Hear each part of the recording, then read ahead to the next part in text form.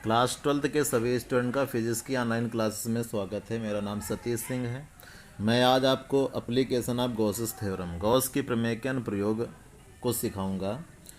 और आज गॉस की प्रमेय के अनुप्रयोग का सेकंड पार्ट है।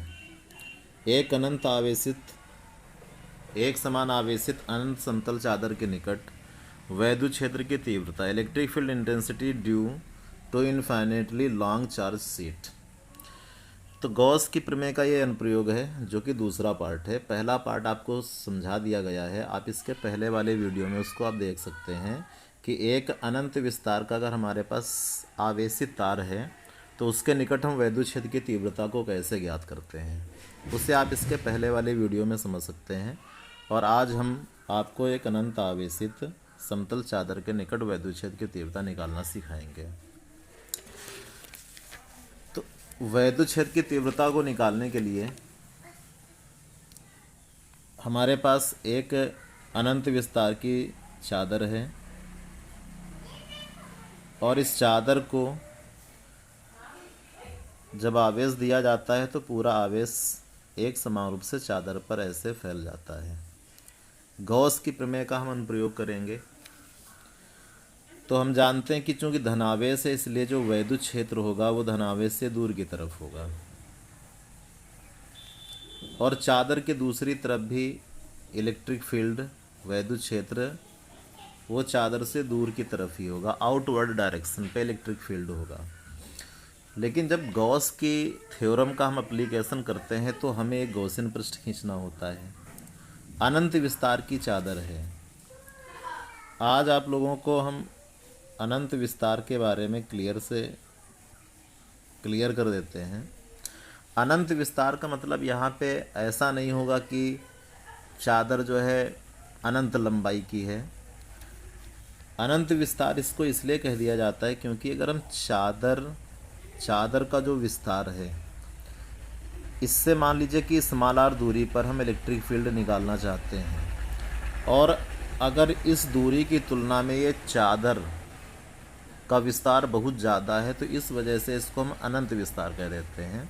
अनंत विस्तार का ये बिल्कुल मतलब नहीं होगा कि मैथ वाला जो अनंत होता है वो यहाँ पे नहीं रहेगा।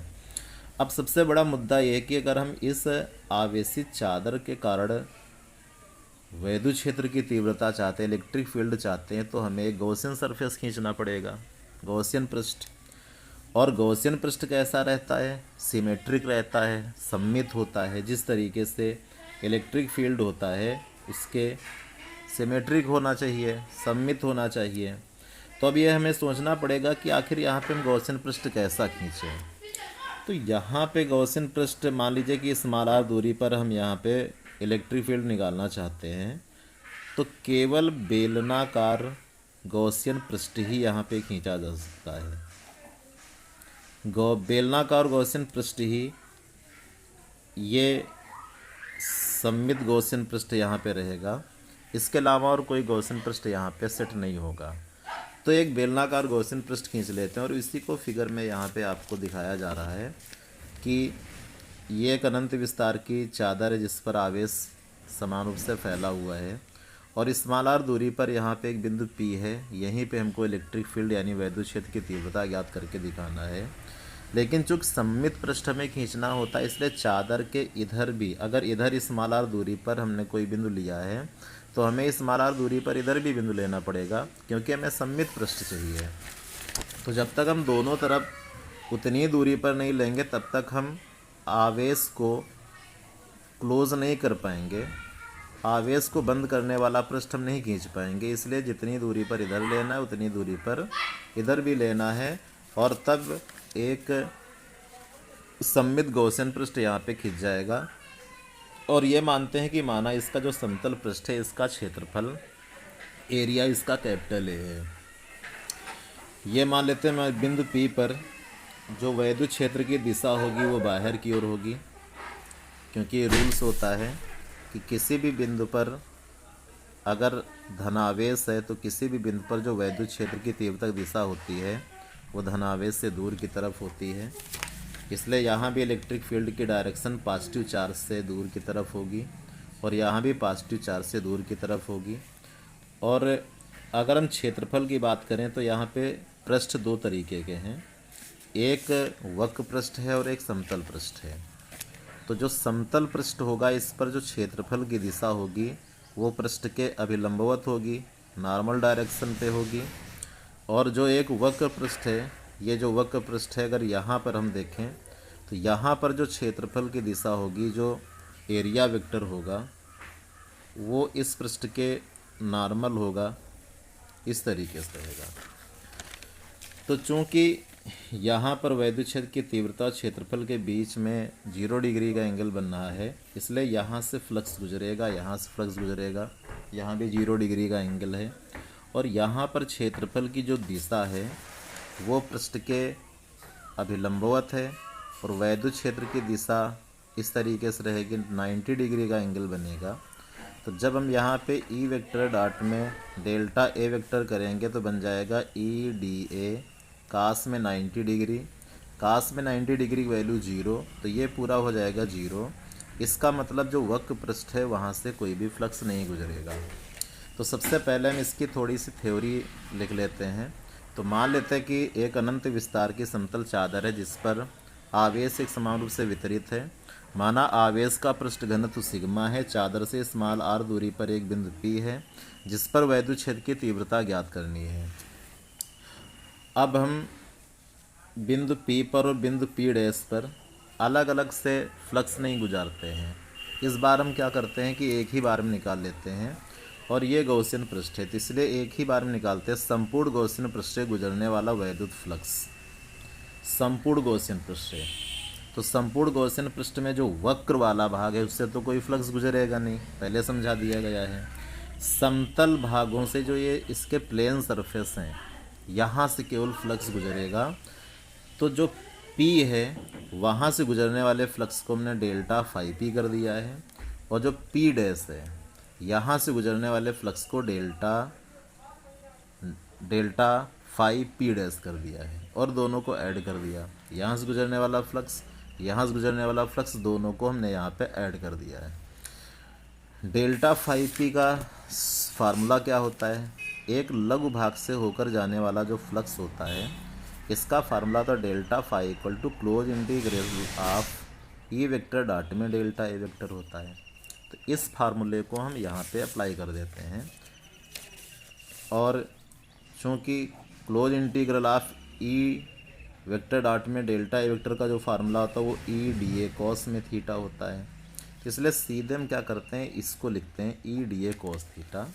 तो हमने यहाँ पे P से गुजरने वाला जो फ्लक्स है वो ई डी ए कॉस थीटा होगा, और P डैश से जो गुजरने वाला फ्लक्स है वो ई डी ए कॉस थीटा होगा। अब चूँकि यहाँ भी 0 डिग्री का एंगल E और वैद्युत क्षेत्र और क्षेत्रफल की जो दिशाएं हैं ये परस्पर समांतर, इनके बीच में 0 डिग्री का एंगल बन रहा है।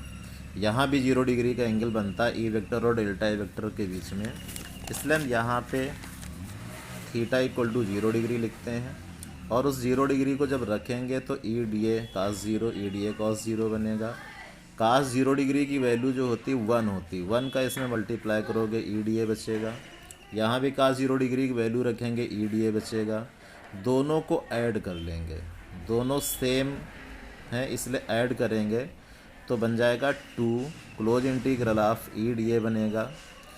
तो क्लोज इंटीग्रल को डी ए डेल्टा ए के आगे लगाते हैं, ई को बाहर करते हैं तो क्लोज इंटीग्रल ऑफ डेल्टा ए बन जाएगा। और क्लोज इंटीग्रल डेल्टा ए का मतलब है कि संपूर्ण पृष्ठ का क्षेत्रफल, संपूर्ण पृष्ठ का क्षेत्रफल, इसका मतलब होता है संपूर्ण पृष्ठ का क्षेत्रफल। और संपूर्ण पृष्ठ का क्षेत्रफल पहले से यहाँ पे क्लियर कर दिया गया था, वो कितना है? ए है। इसलिए जो समतल पृष्ठ है उसके संपूर्ण भाग का क्षेत्रफल ए रहेगा। तो close integral of delta A equal to A यहाँ पे पुटअप करते हैं तो फाई इक्वल टू 2 ये हो जाएगा। लेकिन अगर हम इसी में गॉस की थ्योरम को यूज़ करें तो गॉस की थ्योरम ये कहती है कि किसी भी बंद पृष्ठ से गुजरने वाला जो वैद्युत फ्लक्स होता है, इलेक्ट्रिक फ्लक्स, वो phi equal to Q upon epsilon naught गुना होता है, वो क्यू अपान में एप्सिलॉन नॉट होता है। तो इसलिए गॉस थ्योरम तो phi equal to Q upon epsilon naught कहती है। अब दोनों ही फाई की वैल्यू हैं, इसलिए दोनों को इक्वल कर देते हैं। तो इसलिए 2EA = Q/ε0, इन दोनों को हमने यहाँ पे इक्वल कर दिया। हमें इलेक्ट्रिक फील्ड चाहिए, इसलिए E = 2 और A को ट्रांसफ़र करते नीचे आएंगे, तो इसलिए E = Q/2ε0A, जहाँ पे ε0 क्या होता है, ये निर्वात या वायु की विद्युतशीलता है, परमिटिविटी ऑफ फ्री स्पेस और एयर। और ए क्या है, जो समतल पृष्ठ था, प्लेन सरफेस, उसका एरिया है।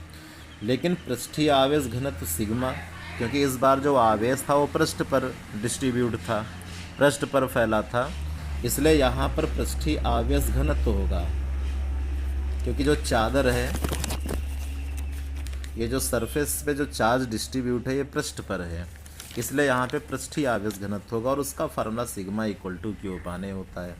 हमें Q की वैल्यू चाहिए, इसलिए Q = σA कर लेते हैं। A को ट्रांसफ़र करेंगे, सिग्मा में मल्टीप्लाई कर लेगा, तो Q = σA। अब इस Q की वैल्यू को, जो σA है, वो इस जगह पे यहाँ पे पुटअप करते हैं Q के प्लेस पर। तो इस तरीके से जो इलेक्ट्रिक फील्ड है उसकी जो वैल्यू है वो σA/2ε0 आ जाएगी। A से को कैंसिल कर देंगे और E = σ/2ε0 आ गया।